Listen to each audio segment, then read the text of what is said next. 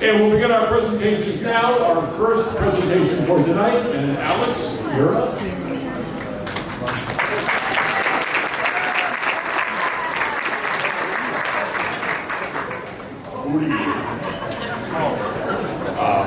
I'm Alex CEO of Hudson River Technologies and the chair-elect of the Chamber Board of Directors. I'm delighted to introduce our 2024 Entrepreneur of the Year. Our honoree has a heart that clearly beats for Woodstock. Born in Great Britain, this entrepreneur had one goal in mind when she purchased the Bearsville Theater, or Bearsville Center 5 years ago, to wake it up and transform it into a vibrant cultural hub.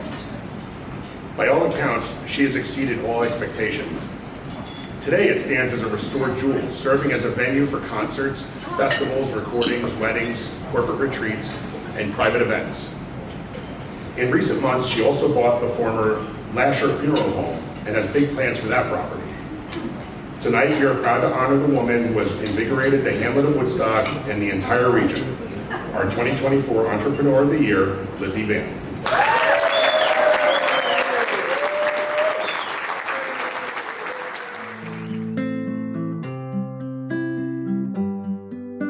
Bearsville is amazing. It's like the gift that keeps on giving. There are so many layers of history and achievement here, right back from before Albert Grossman bought it in the 1960s.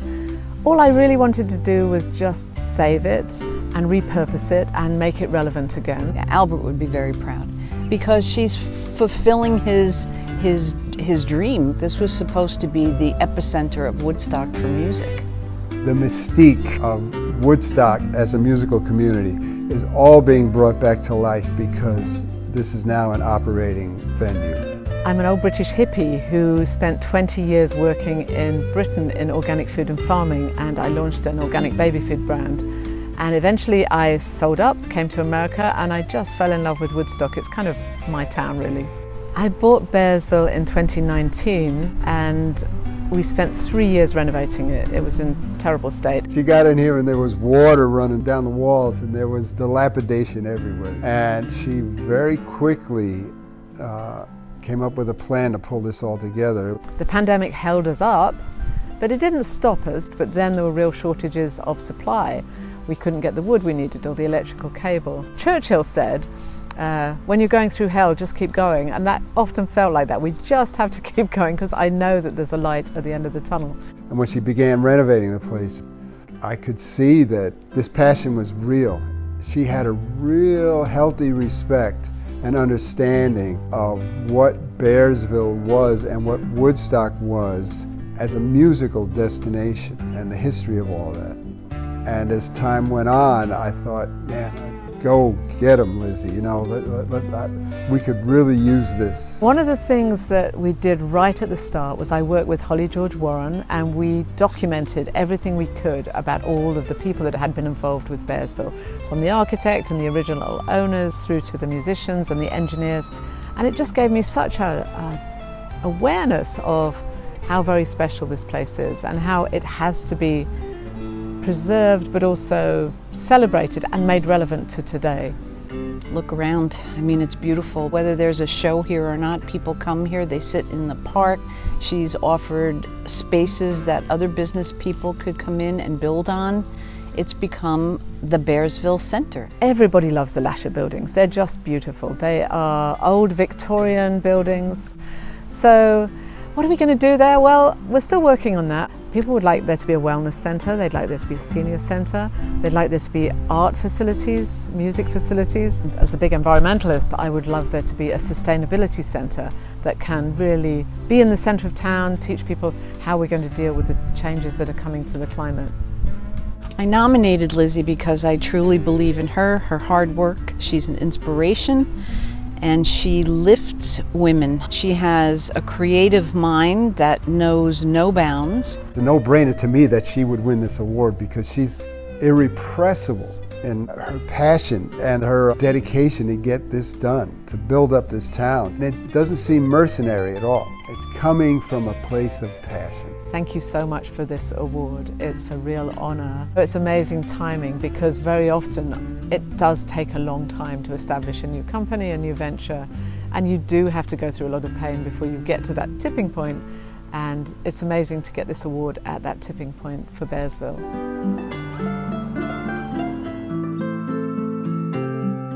Thank you to a number of people, and Barbara O'Brien, who nominated me, was supposed to be celebrating her mom's 90th birthday today, and she brought her mom with her, just so that she could be here. So thank you, Barbara's mom, thank you, Barbara, her brothers, her sisters-in-law, the whole family are here, so thank you. And on tables 7 and 5, I have the whole Bearsville team, the supporters, the people that have worked with me right at the beginning, even the person that helped me buy it. So, fantastic team. We have worked so hard, so persistently, and so badly paid, all of them. We still managed to get here at the end of it.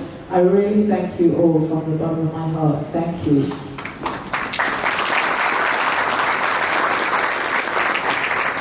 The second thing I want to say is about people having a voice.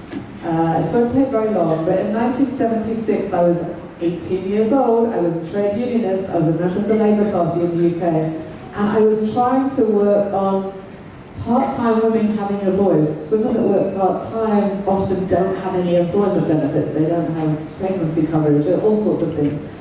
And I was completely and utterly ignored as a young woman in the UK in 1976. We didn't have a voice. So I worked in the trade unions and the Labour Party and decided to give it all up and work in commerce. I wanted a voice, and I decided that if power came with money, then I was going to get the money, and I was going to get the power, and I was going to use that to have a voice. So 40 years has been quite a ride. Created an organic food company working with organic farmers, and worked with the government and the European Union on food and politics and pesticides, food additives, empowered a lot of young parents and school dinner ladies, and did some really great things. Then came to Woodstock, then came to America and fell in love with Woodstock. And I guess what we've done in Woodstock is we've given the Woodstockers a voice. You know, Woodstock rose in the 1900s with its art colony. It rose in the 1960s with the music industry, and then it fell. And we're trying to build it back up again. There's 7,000 people community. So we are giving it a voice again. We brought in all sorts of wonderful people, and we've had concerts with the Lumineers and Shawn Mendes and all sorts of other famous people. So yes, we're getting there. And finally, we are working to create a health centre and an arts centre in the middle of town now. So that's our next big project. So, hi team, we've got some more work to do. The only thing I'd say in closing is that commerce creates financial strength, it creates power, and it gives all of us a voice, and we should use that voice for good. There's a few people around at the moment that have a voice empowered by having a lot of money, and they're not using it for good reasons. So let's use our voices to strengthen and enhance our communities, to empower young people, particularly young women, to give confidence to the people that don't have a voice, and to build our communities, because we're going to need that resilience in the future. So thank you so much for the